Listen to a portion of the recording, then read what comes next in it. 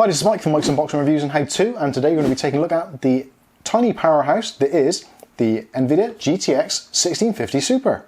Keep watching to find out more.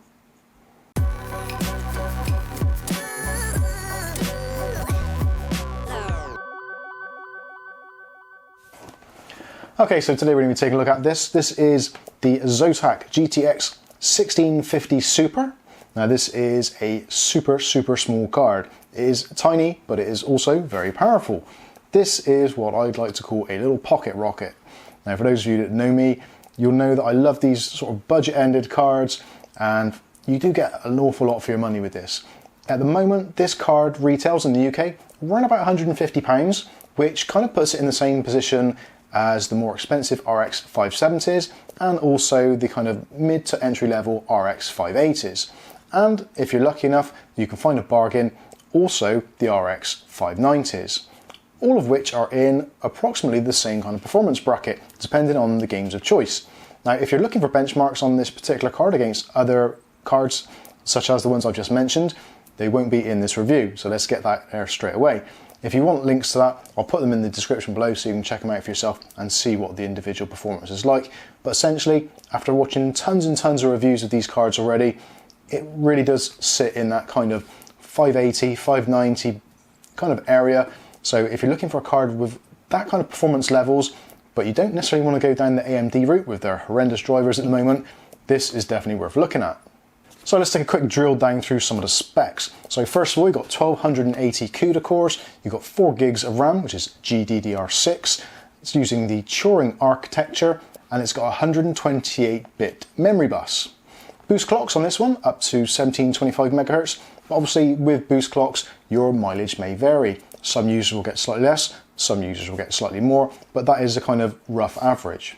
This card also packs 80 TU units and also 32 ROPs. So not the most powerful of cards, but certainly can get the job done. Now for those of you that are interested, what power supply do you need to run this thing? Well, you don't really need a great deal at all.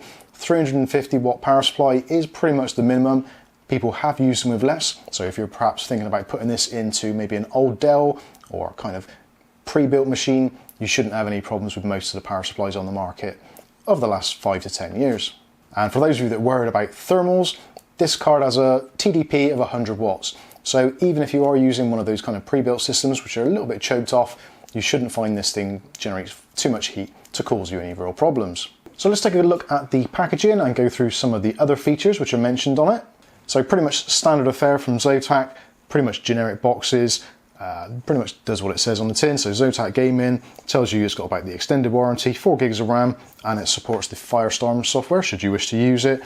And it says it's Geforce GTX 1650 Super. So pretty much standard on that side.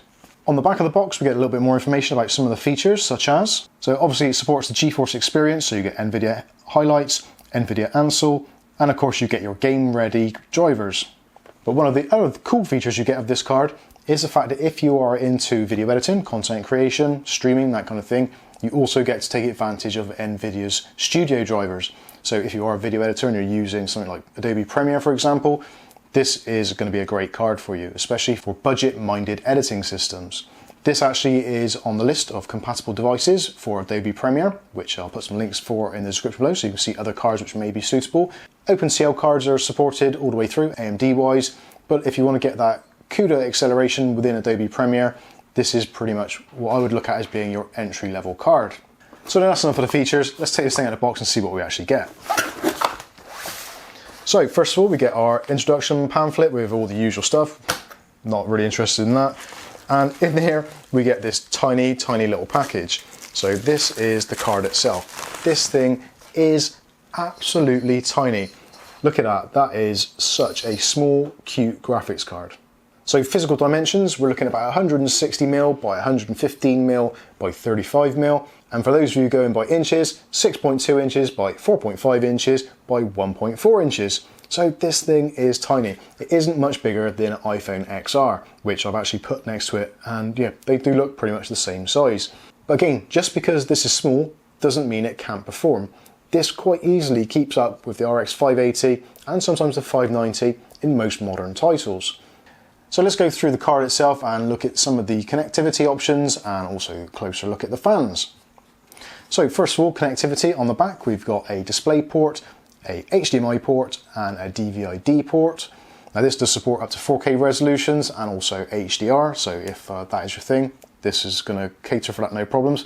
Obviously when it comes to 4K, if you're gaming in 4K, this is probably not going to do it for you. Realistically, most titles with high settings, you're going to be looking in the kind of upper 30 frames per second on a lot of titles, especially those AAA ones. Older games such as your esports, Counter-Strike, that kind of thing, then obviously you will get far superior frames. But again, this is a tiny little card. Don't expect miracles from it. For £150, you do get a lot of performance for your money, but obviously you do have to keep things realistic. If you want to be playing 4K games at 60 frames per second, you are going to aim a little bit higher up the product stack. So let's get onto the fans. Now the fans themselves, we've got two fans here which spin in opposite directions to try and minimize noise. Now unfortunately this card doesn't support zero fans, so the fans are actually spinning all the time, not at particularly high RPMs, but they will be spinning constantly. So if that is something which may annoy you, obviously you may want to look higher at the product stack to gain. But this card doesn't get very hot. Maximum temperatures around about the kind of upper 70s. There is a thermal cutout on there, so obviously it will throttle back, so you're not going to get any much higher than that, especially in those closed off enclosures. But in a normal rig, such as the one I've got behind me, we've tested it in there, and realistically it doesn't get much above 50 degrees C, which is pretty decent. On the subject of cooling, the heatsink itself is actually pretty big considering the size of the card. The heatsink does pretty much cover the entire surface area of the PCB, and actually does a very good job of doing so. I've actually removed the heatsink and had a look underneath it, look at the chips, and your VRMs are all nicely protected and covered, and also the thermal paste which is put on there was a very good quality paste, although I have chosen to replace it with some MX compound.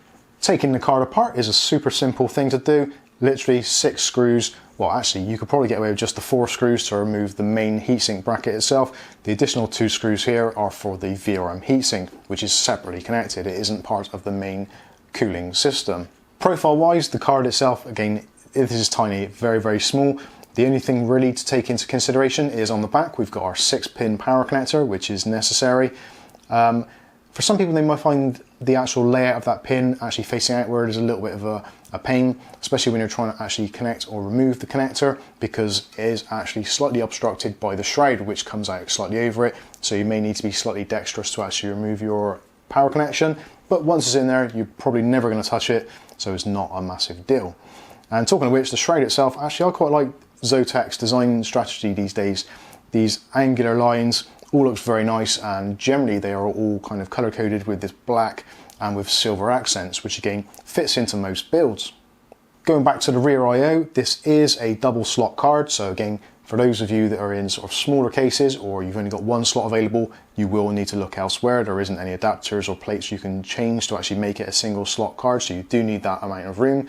And also you will notice in this area, we don't have any SLI connection. SLI is not a thing with these particular type of cards. So if you're looking at maybe buying one of these and then pairing up with another one later on down the road, that isn't going to happen, I'm afraid. So you're better off keeping your money and saving up for a more powerful card in the first place. So there we go. There is the Zotac 1650 Super Twin Fan Edition. Overall, a great card. If you're looking at adding a card to a pre-built system, or maybe you just want to get to those kind of RX580 levels of performance on your system, you don't want to spend a fortune.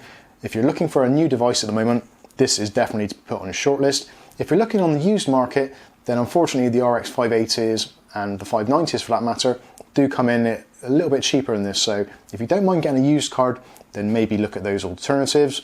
But otherwise, for £150 on the new market at the moment, I don't think there's much you can do which is better than this particular card.